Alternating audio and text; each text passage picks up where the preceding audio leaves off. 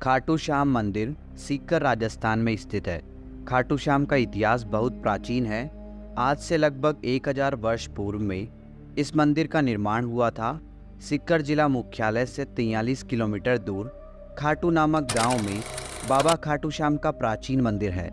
इस मंदिर में भगवान श्री कृष्ण और बर्बरीक की पूजा होती है।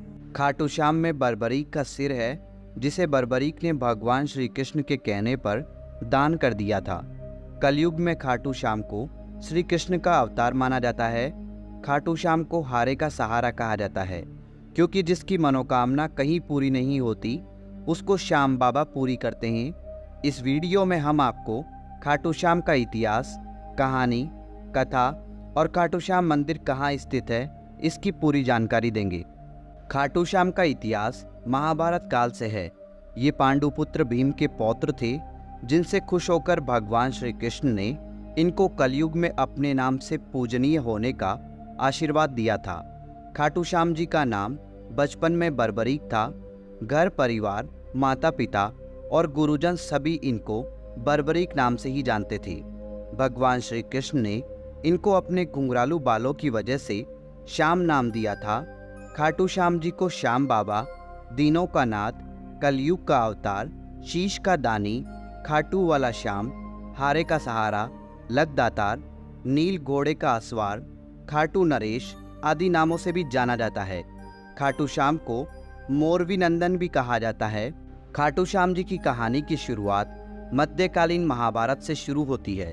बलवान भीम के पुत्र का नाम था घटोत्कच।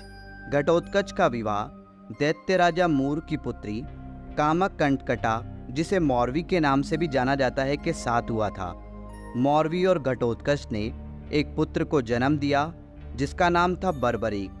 बचपन से ही बर्बरीक ने अपनी माता मौरवी और भगवान श्री कृष्ण से युद्ध कला सीखी। बर्बरीक ने भगवान शिव की तपस्या की, जिससे प्रसन्न होकर शिव जी ने उन्हें 3 बाण दिए। ये 3 बाण उनको तीनों लोकों में विजय दिलवा सकते थे। यह वरदान पाकर बर्बरीक बहुत खुश हुए। बर्बरीक अपनी वीरता और शक्तियों के लिए जाने जाते हैं। महाभारत काल में जब कौरव और पांडवों के बीच युद्ध शुरू होने वाला था, तब बर्बरीक अपनी माता के पास गए और युद्ध देखने की स्वीकृति मांगी। इस पर उनकी माता ने उनसे पूछा कि तुम किसकी तरफ से युद्ध लड़ोगे। इस पर बर्बरीक ने जवाब दिया, जो हारेगा मैं उसकी तरफ से युद्ध लड़ूंगा। माता से आज्ञा मिलने के बाद बर्बरीक महाभारत का युद्ध देखने के लिए निकल पड़े। भगवान श्री कृष्ण यह सब देख रहे थे। श्री कृष्ण जानते थे कि यदि बर्बरीक को नहीं रोका गया तो युद्ध का परिणाम पलट देगा। रास्ते में जाते हुए बर्बरीक को श्री कृष्ण ने ब्राह्मण का रूप धारण करके रोका और पूछा, हे बालक, तुम अकेले यह 3 बाण लेकर कहाँ जा रहे हो? तब बर्बरीक ने जवाब दिया कि मैं महाभारत का युद्ध देखने जा रहा हूँ और इस युद्ध में जो हारेगा मैं उसका साथ दूंगा। उपहास पूर्वक श्री कृष्ण ने कहा, सिर्फ 3 बाण के सहारे युद्ध लड़ने जा रहे हो? इनसे तो 3 सैनिक भी नहीं मरेंगे। यह सुनकर बर्बरीक बोल पड़े, हे ब्राह्मण, यह कोई साधारण बाण नहीं है। यह बाण मेरे आराध्य महाप्रभु शिवजी ने मुझे दिए हैं। 3 बाण तो क्या, सिर्फ एक बाण एक पल में युद्ध को खत्म कर देगा। हालांकि यह बात श्री कृष्ण पहले से जानते थे। बर्बरीक को रोकने के लिए श्री कृष्ण ने उनकी परीक्षा ली। श्री कृष्ण ने कहा, हे बालक, इस पीपल के पेड़ के पत्तों को भेद कर दिखाओ। तभी बर्बरीक ने एक बाण निकाला और अपने आराध्य का ध्यान करते हुए बाण छोड़ा, जो पीपल के पेड़ के सभी पत्तों को भेदता हुआ निकल गया। बर्बरीक ने ब्राह्मण से पूछा, आप कौन हो और मुझसे क्या चाहते हो? इस पर उस ब्राह्मण ने जवाब दिया कि मुझे दान चाहिए, क्या तुम दे सकते हो? बर्बरीक ने कहा, मांगो, आपको क्या चाहिए? तब ब्राह्मण ने उनका शीश दान में मांग लिया। यह सुनते ही बर्बरीक समझ गया कि यह कोई साधारण आदमी नहीं है।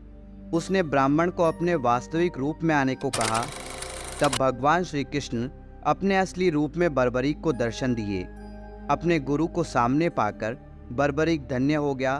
तब बर्बरीक ने रात भर भजन किया और दूसरे दिन फाल्गुन शुक्ल द्वादशी को स्नान करके अपने हाथों से बर्बरीक ने बिना देरी किए अपना शीश काटकर भगवान के चरणों में रख दिया।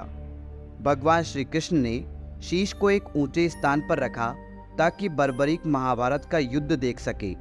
बर्बरीक की दानवीरता से खुश होकर श्री कृष्ण ने उन्हें अपना नाम श्याम उपहार स्वरूप भेंट किया। साथ ही आशीर्वाद भी दिया कि आने वाले युग में तुम मेरे नाम से पूजे जाओगे। जब भी कोई